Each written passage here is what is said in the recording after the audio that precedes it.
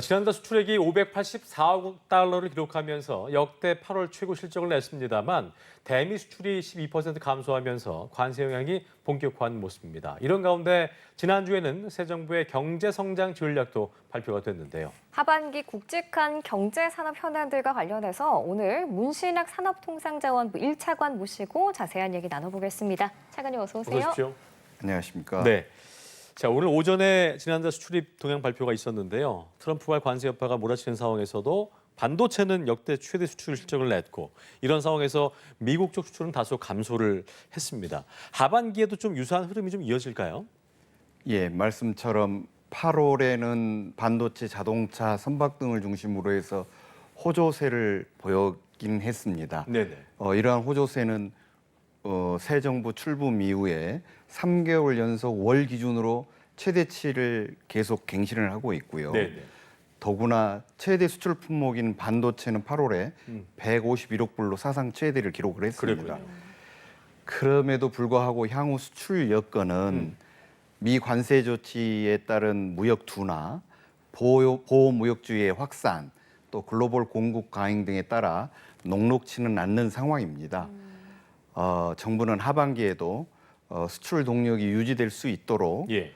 미 관세 대응 피해 기업 지원, 또 내수 창출, 진출 확대 등으로 전방위적으로 지원하고자 합니다. 최종적으로 한국은행 등 주요 기관들은 올해의 수출 전망을 1% 정도의 보합세를 유지할 것으로 전망하고 있는 상황입니다. 그렇군요. 트럼프 행정부가 부과한 그 상호관세 적법성이 현재에서 연방 대법원 판결로 가려지게 됐는데 우리 정부는 일단 신중하게 상황을 지켜보겠다는 입장인 것 같아요. 그런데 뭐 반도체나 자동차 등 이런 주력 산업 불안감이 여전한 건 사실이거든요. 이에 대해서 정부 방침은 어떤 게 있을까요? 우선 말씀처럼 미 정부와의 협상을 통해서 당초 예상되었던 그 25% 수준의 상호 관세가 15%로 낮추어져 있고 예. 자동차 관세도 15%로 인하하기로 합의되어 있어서 경쟁국 대비 최소 불리하지 않는 경쟁 여건이 조성된 것은 사실입니다. 예. 그럼에도 불구하고 여전히 불확실성이 지속되고 있고 15% 관세도 수출의 하방 요인으로 작용할 수 있어 우리 수출 기업들이 영업이익률 감소나 또는 경영 여건 악화로 이어질 우려가 있다고 하겠습니다. 예. 네. 이에 대해서 저희 정부는 기업애로 해소를 하기 위해 현장 체감형 지원 대책을 계속 마련 중에 있고 또한 단기 경영 지원 및 내수 창출을 위한 부담 경감, 수출 모멘텀 유지를 위한 시장 다변화, 또 주력 유망 업종의 근원적 경쟁력 강화 등 세 가지 축을 중심으로 한 지원 대책을 현재 마련 중에 있고 9월 초에 조만간 발표할 계획으로 있습니다. 그렇군요. 자, 오늘 오전에 예산안 브리핑도 직접 해주셨는데 그 내용을 보니까 대미 투자 지원 예산이 1조 9천억 원 편성이 됐더라고요. 이게 이제 직접 투자라든가 프로젝트 지원 등으로 구분이 좀 될 텐데 어떻게 운영하실 계획이신지 좀 들어보겠습니다. 예, 지금 말씀해 주시는 1조 9천억 원은 네.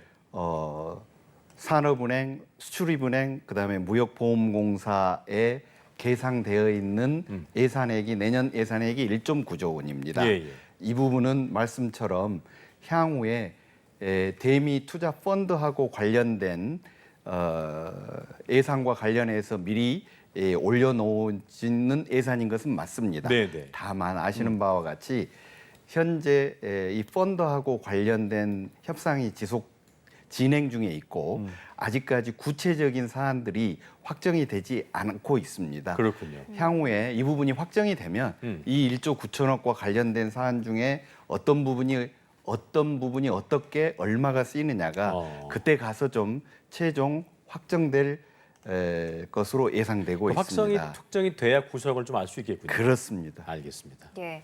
그리고 얼리백 산단 조성 그리고 차세대 전략망 구축 등에도 수조 원대 예산이 투입이 되는데 구체적인 산단 조성 계획도 궁금합니다. 예, 이미 공약에서부터 포함되어 있어서 새 정부가 들어온 이후에 가장 중요한 정책 중에 하나로 아리백 산업단지 조성 작업이 진행 중에 있습니다. 예. 예. 이 아리백 산업단지는 재생에너지가 풍부한 지역에 산업단지를 조성해서 에너지 전환과 함께 지역 균형 성장을 동시에 추진하고자 하는 새로운 개념의 정책입니다. 예. 기업 입장에서는 새로운 수출 규제가 되고 있는 아리백을 달성하고 지역 입장에서는 기업을 유치해서 지역 경제를 활성화하고 국가 측면에서는 지역에서 생산되는 전기를 지역에서 소비를 하게 하는 소위 지산지소가 이루어져서 송전망 구축 비용도 절감하는 일석삼조 이상의 효과를 기대하고 있는 정책이라 하겠습니다. 산업부를 중심으로 해서 범정부 TF가 현재 가동되고 있고 예. 연내에 특별법이 마련되어서 예. 내년부터는 시범산단 조성이 이루어질 계획입니다. 그렇군요. 자, 그리고 기술 발전 방향에 대한 정부의 비전도 뭐 많은 분들의 관심을 받고 있는 상황인데 지난주에 발표된 그 정부의 경제 성장 전략을 보면 그 AI와 관련해서 챗 GPT가 저희가 이제 흔히 알고 있는 생성형 GPT 같은 생성형 AI보다는 피지컬 AI 같은 이것들에 대해서 1등 국가를 내세운 점이 좀 눈에 띄었는데요. 정부가 이렇게 방향성을 잡은 이유가 분명히 있을 거죠. 어떤 의미라고 봐야겠습니까? 지금 말씀해 주신 것처럼 피지컬 AI라고 하는 것은 제품에 AI가 탑재되어 있는 것을 칭한다고 하겠습니다. 네네. 휴머노이드 로봇이라든지 네. 자율주행차, 자율운항 선박 등이 그 대표적인 사례라고 할 것이고요. 산업적 측면에서 보면 피지컬 AI는 우리의 그 제조업 전반에 AI가 같이 접목되고 융합되면서 새로운 가치를 창출하는 우리나라의 미래 산업 경쟁력을 좌우하는 핵심 요소라고 할 수 있겠습니다. 우리나라는 제조업 강국이지 않습니까? 이러한 제조업 강국이 현재 우리가 잘하고 있는 자동차, 선박, 가전, 팩토리, 반도체 등의 AI가 같이 융합되어 있는 피지컬 AI를 7대 피지컬 AI 산업으로 대표로 해서 우리나라의 향후 미래 산업 성장 동력으로 키우고자 하는 취지라 하겠습니다. 그렇군요. 또 위기에 처한 산업도 있습니다. 글로벌 공급 과잉으로 석유화학 산업이 또 미국의 50% 관세 부과로 철강 산업이 그 대표적인데 그렇습니다. 정부가 두 산업의 거점인 충남 서산 그리고 경북 포항을 산업 위기 선제 대응 지역으로 지정을 했습니다. 그런데 업계 구조 재편에 정부가 좀 더 적극적으로 임해야 하는 거 아니냐 이런 지적도 나오거든요. 예, 그 의견에 전적으로 동감하고요. 네. 그런 취지에서 저희 정부도 업계에만 맡겨놓은 게 아니라 예. 정부 주도로 구조 개편 방향을 제시하고 신속한 이행을 유도해 나갈 계획입니다.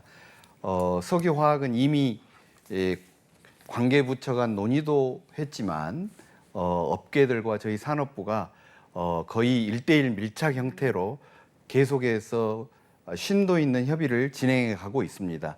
그에 따라서 연내에 최대 25%까지의 국내 설비를 감축하는 걸 목표로 하는 자율협약도 체결을 했고 예. 또 연말까지 업계들이 자율 사업 재편 계획제를 마련하면 거기에 맞춰서 정부가 맞춤형 지원까지를 하겠다라고 하는 계획을 현재 진행 중에 있습니다. 철강도 현재 이미 자율적인 그 구조 개편을 하고 있는 기업들도 나타나고 있습니다만은 네.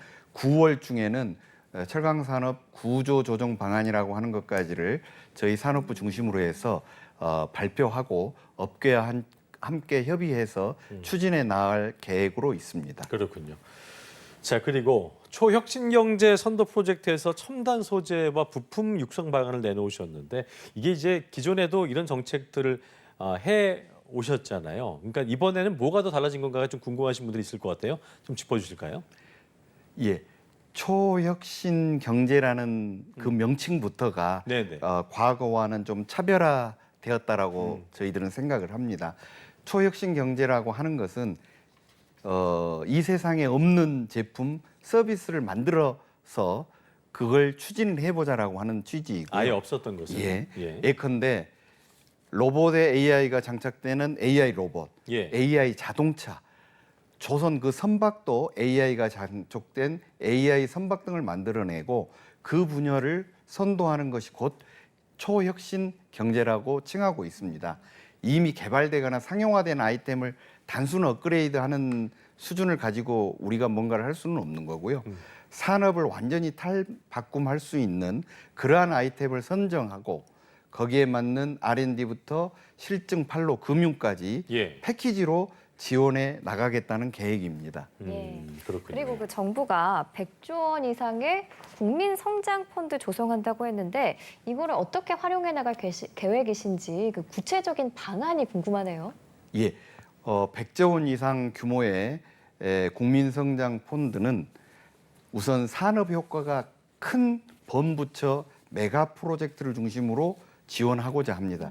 가장 대표적인 예가 AI 데이터 센터, 또 이를 위한 전력망 구축 같은 프로젝트가 그 대표적인 사례라고 하겠습니다.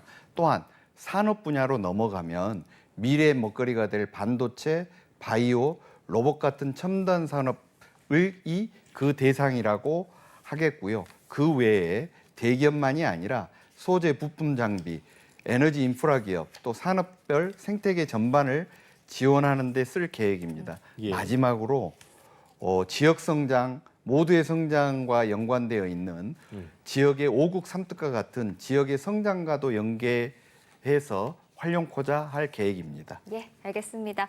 하반기 경제산업 현안들 관련해서 문신학 산업통상자원부 1차관 모시고 얘기 나눠봤습니다. 말씀 잘 들었습니다. 고맙습니다. 감사합니다.